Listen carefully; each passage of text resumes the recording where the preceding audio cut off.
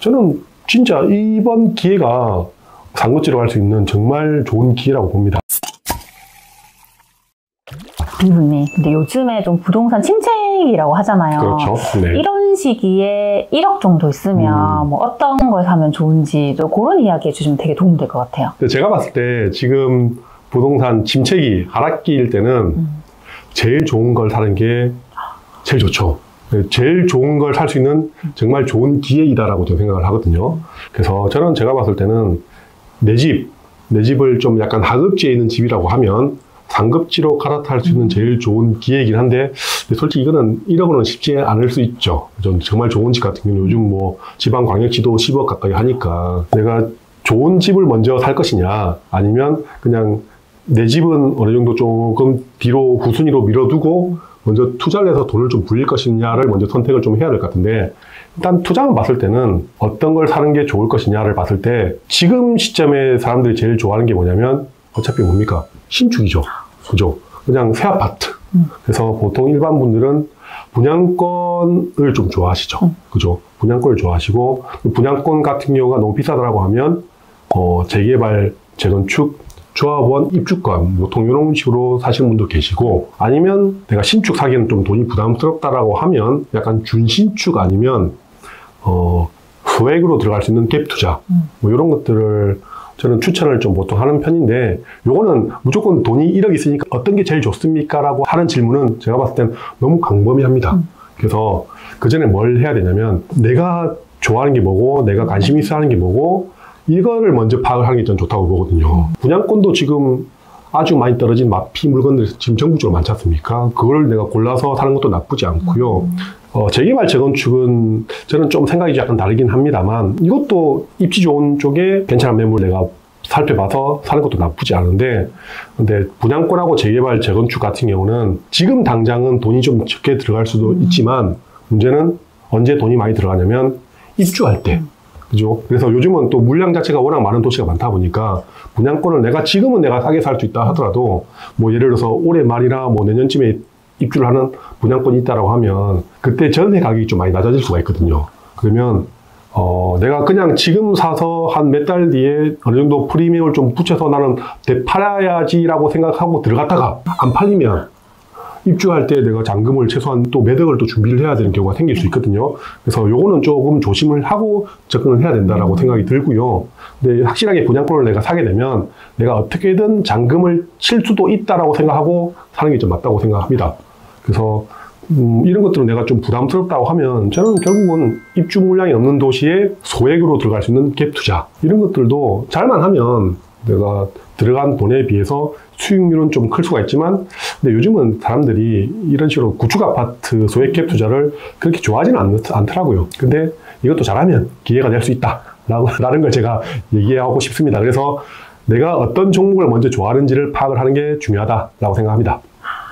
제가 이제 이 이야기 들으면서 또 궁금해지는 게, 네네네. 그럼 빌부님께서는 첫 집 마련 어떻게 하셨고, 뭐 내 집 마련을 하지 않고 투자를 먼저 하셨는지 그런 스토리가 좀 궁금해지거든요. 네. 일단은 저는 뭐 언제죠? 2000년도 후반인가? 그때 제가 결혼을 하면서 신혼집을 제가 샀었을 때 지방에 약간 소도시였거든요. 지방에 소도시였는데, 신혼집 같은 경우는 보통 몇 평 정도를 선호하십니까? 물론 뭐 큰 거 80평, 100평도 좋지만, 근데 보통 처음에 20평대로 그렇죠. 많이 시작하긴 하죠. 그렇죠. 그래서 뭐 방 2개, 방 3개 정도, 24평, 저도 그렇게 시작을 했는데, 그때 제가 살고 있는 도시가 전세 매물이 항상 부족했습니다. 사람들이 좀 일자리 때문에 많이 들어오는 동네다 보니까, 그래서 제가 그때 24평 아파트를 전세를 먼저 구하려고, 왜냐면 저는 일 때문에 이 도시를 왔다 보니까 저는 언제든지 떠날 수 있다고 생각해서 전세를 구하려고 했는데, 24평 전세 같은 경우는 보통, 그때 10몇 년 전입니다. 참고로. 근데 10몇 년 전에는 24평 아파트 같은 경우는 보통 전세가가 얼마 정도 했을 것 같습니까? 물론 도시마다 이제 다르겠지만. 1억대인가? 그렇죠. 네. 저는 그때 그 도시가 좀 약간 좀 안 좋은 도시라서, 물론 그때 가격시도 한 8천만 원, 1억 정도 다 내렸습니다. 뭐 부산이든 대구든 다른 지역들도. 저는 이제 지방 소도시에 전세 가격이 8천만 원이었어요. 8천만 원이었는데 전세 매물이 없어. 그래서 부동산 소장한테 제가 여쭤보니까 매매 가격이 8,400이 있더라고. 뭐지? 매매가가 8,400인데 전세가 8,000이야? 근데 전세가 없어? 400만 원만 더 보태면 집 살 수 있네? 네. 라고 생각해서 저는 그냥 사버렸어요. 근데 대출을 풀려받아서. 근데 제가 그때는 LG 쪽에 대기업에 제가 다니고 있었거든요. 연봉이 나쁘지 않았습니다. 그래서 대출을 그때 8,400만 원에 4,500 받았습니다. 와이프한테 혼이 많이 났죠.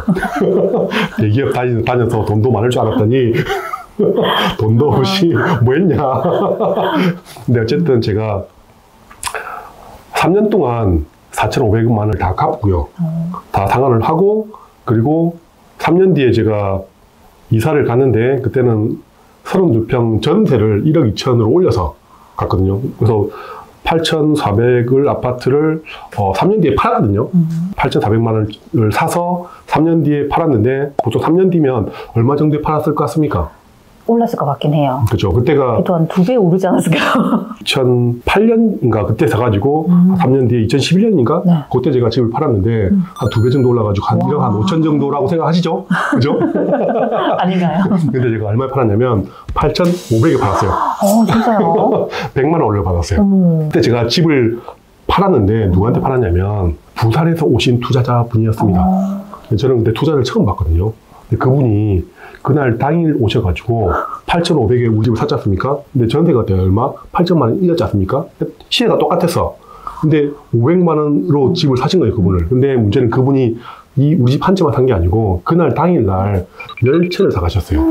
10채를. 채당 500이었으면 그 10채면 5천만 원 투자를 한 거지 않습니까? 5천만 원 투자를 했는데 제가 그때 이후로 시세를 좀 많이 봤거든요. 한 2년인가 3년 정도 지나서 그게 진짜 2배 올랐어요.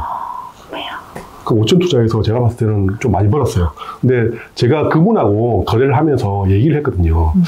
저는 집값 오르지도 않고 그냥 이렇게 해서 100만 원 올려받았는데 왜 사셨냐, 왜 사시냐라고 제가 여쭤봤거든요, 그날. 그러니까 그분이 부산에서 거주를 하다가 부산도 2009년도, 10년도인가 이명박 정부 때 초기에 집값이 아주 많이 올랐거든요. 작은 아파트가. 그때 똑같이 한 1억 정도 되는 아파트가 2억 정도로 갑자기 1억이 올랐어요. 그래서 그 얘기를 저한테 얘기하시더라고. 그래서 부산도 집값이 조용하다가 갑자기 확 뛰었다.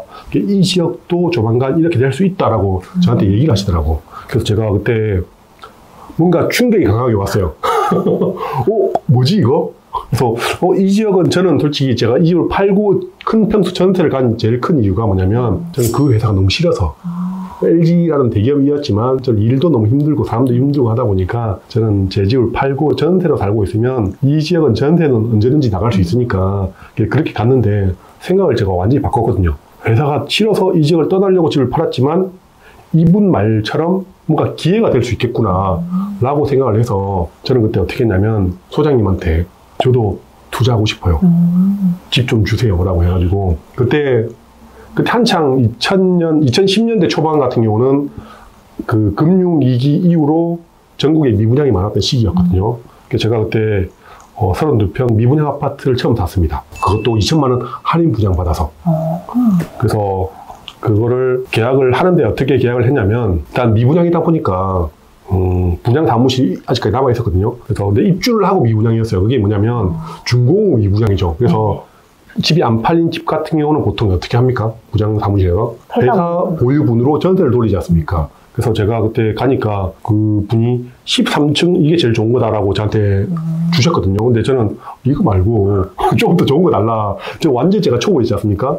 좋은 거 달라. 근데 이게 제일 좋은 거다라고 얘기하시더라고. 그래서 저는 그래 알았다라고 해서 제가 집에 와서 제가 뭐 어떻게 했냐면 그 아파트의 한 동을 등기부등본을 다 뗐습니다. 열람을 했습니다. 초보인데. 미친 거지.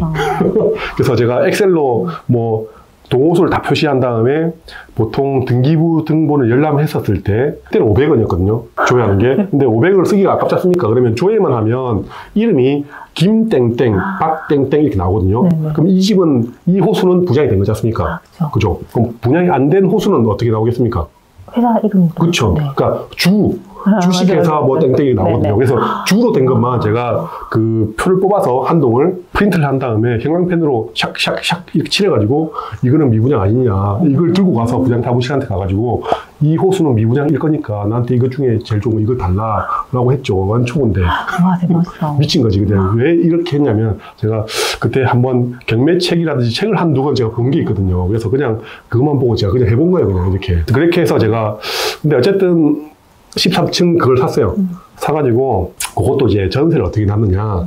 그때 제 선배가 결혼하신 분이 계셨거든요. 계셔가지고 뭐 얘기를 하다 보니까 그분이 뭐 아직 전세를 못 구했고 근데 내가 이렇게 해서 집을 샀다라고 하니까 선배가 저한테 그래? 그럼 전세 누구한테 줄 거야? 이제 나야 줘라 하니까 내가 들어가면 안 돼? 라고 해가지고 그럼 그렇게 하자라고 해가지고 사무실에서 와. 둘이서 앉아가지고 출력해가지고 전세 계약서를 썼어요. 미친 거지 초보인데. 근데 그때는 좀 투자금이 좀 들어갔어요. 그때 3,500만 원 정도. 근데 제가 아까 얘기했듯이 저는 내 집 살 때도 대출을 풀로 받아 샀고 물론 빨리 다 갚았지만 돈이 없었거든요. 네. 그래서 어떻게 했느냐, 어떻게 해서 갚습니까? 또 대출 받으셨나요? 그렇죠. 대출 같은 경우는 어떻게 받냐면 보통 전세 갭 투자할 때는 대출 안 나거든요. 그 집에 대해서는. 그래서 근데 저는 이제 그때 대기업 다니고 있었기 때문에 신용대출이 풀로 좀 나왔죠. 그래서 신용대출을 좀 풀로 받고 그리고 이 집을 먼저 사고 그 지역에 대해서 제가 시대 파악을 계속 해보니까 집값이 조금 오르고 있는 게 보이더라고. 그래서 내가 여기 이렇게 있으면 안 되겠다 싶어가지고 또 여러 지역을 뭐 소장님하고 막 가가지고 집을 또 갭 투자로 한 투자금 한 2천, 3천 정도로 2개인가 3개인가 더 샀거든요. 근데 저는 그때 처음에 완전 그렇게 초보 때 샀던 집 3채인가 4채 정도로 2, 3년 만에 갑자기 현금이 2억 정도 들어왔어요. 일반적으로 회사원들이 연봉 내가 5천 받는다 하더라도 몇축한다 하더라도 그쵸. 한 1,000만 원 미만 정도밖에 안 되거든요. 네. 근데 저는 2년 뒤에 갑자기 아파트 채당 한 채당 내 연봉만큼 돈이 그냥 현금으로 한 방에 다 꽂힌 거예요. 그래서 제가 그때 30대 초반이었거든요. 눈 돌아갔습니다, 진짜. 미친 거죠. 와, 이런 세상이 있구나. 그래서 제가 그때부터 물론 회사 생활도 하긴 했지만 회사 생활보다는 투자 공부도 많이 했고 얘기했던 것처럼 제가 아직 초보였다 보니까 잘 모르고 약간 초보자의 운이었죠. 그때는 강의를 제가 좀 많이 들었거든요. 그때는 지금처럼 유튜브도 없던 시절이었고 네이버 블로그도 거의 없었고 그나마 제일 좀 많이 컸던 게 다음 카페. 그러다 보니까 저는 그때 어떻게 했냐면 유명 재테크 카페에 보통 강의 신청 게시판이라든지 아니면 뭐 정모 게시판이 있지 않습니까? 그런 게시판에 저는 그때 뭐 전화기에 알람을 다 걸어놨습니다. 그래서 거기에 특정 글들이 딱 올라오면 폰에서 알람이 계속 뜨거든요. 그러면 제가 몇 월 며칠 어느 지역에 몇 시에 뭐 모임이라고 그러면 그걸 제가 다 보고 어디 가야지 그걸 정했거든요. 정한 다음에 저도 이제 그때 애도 어렸고 와이프도 일하고 힘들다 보니까 허락을 다 받아야 되는 거죠. 그래서 그 중에 제일 가고 싶은 거를 내가 찾고 내가 강의를 들었어 라고 하면 또 현장을 가봐야 되지 않습니까? 그럼 이제 갈 시간이 주말밖에 없지 않습니까? 네. 근데 주말에 또 가면 와이프도 싫어하니까 허락을 최대한 받고 아니면 와이프하고 애들을 다 태우고 다 같이 이동했어요. 그래서 보통 차 타고 가면 애들 아직 그때는 어렸을 테니까 보통 많이 자거든요. 그리고 와이프도 그냥 뒤에 시기하고 저는 잠깐 차 태워놓고 부동산 들어가고 이런 식으로 했죠. 그래서 제가 하는 얘기는 뭐냐면 배우자가 반대해서 난 못해 이게 아니고 어떻게든 최대한 방법을 찾는 게 제일 중요한 거죠. 왜냐면 나는 돈을 벌어야 되는 사람이기 때문에 회사만으로는 안 된다는 걸 제가 느꼈기 때문에 그래서 무조건 되는 방법을 찾는 게 제일 중요하다고 봅니다. 아까 지방 소도시로 제가 한 어느 정도 투자금을 좀 많이 번 상태에서 이제는 뭐 여러 가지 방법을 했죠. 제가 땅도 사보고 경매도 해보고 그리고 또 몇 년 지나서 서울장이 좀 이게 오다 보니까 아까 얘기했듯이 경매 고수분한테 제가 찾아가서 서울 막 여러 지역들 현장도 많이 가보고 그리고 실제 그분 강의는 경매 강의였거든요. 경매 강의였지만 실제 저는 경매 낙찰은 한 건밖에 안 받아봤습니다. 현장을 많이 가보니까 금매들 싼 게 보이지 않습니까? 서울 아파트를 그때 진짜 저는 복도식이든 뭐 많이는 아니지만 하여튼 제 나름대로 최대한 많이 샀습니다. 그때는 진짜 그때 15년도인가 16년도 그랬거든요. 투자금이 서울의 아파트 24평 아파트 갭 차이가 얼마냐면 1,000, 2,000, 3,000밖에 안 했습니다. 그래서 그런 것들을 좀 많이 샀는데 그게 이제 문재인 정부 들어가지고 확 올라가지고 제가 1,000만 원 투자했던 게 뭐 3, 4억 최소한 정도 수익이 났는데 문제는 문재인 정부 때는 못 팔이. 그렇죠. 양도세가 네. 크다 보니까 네. 팔 수가 없었죠. 그렇죠. 근데 팔 수가 없고 그냥 놔두니까 올랐죠.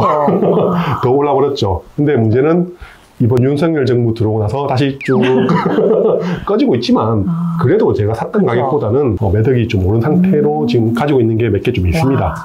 그래서 제가 하는 얘기는 처음에 당연히 초보 때 내가 모든 자산을 다 연끌해가지고 내가 살고 있는 거주하는 집을 제일 좋은 거 사는 것도 좋아요. 그러면 이제 내 삶의 질은 올라가니까. 근데 문제는 내 대출 풀러받아서 좋은 집을 사버리면 최소한 10년 이상은 대출 갚느라고 다른 걸 할 수 있는 여력이 하나도 없습니다. 근데 내가 이렇게 유튜브도 듣고 강의도 듣고 그러면 오다도 해봐야 되겠다라고 생각이 드는데 당장 돈이 없어. 그럼 어때요?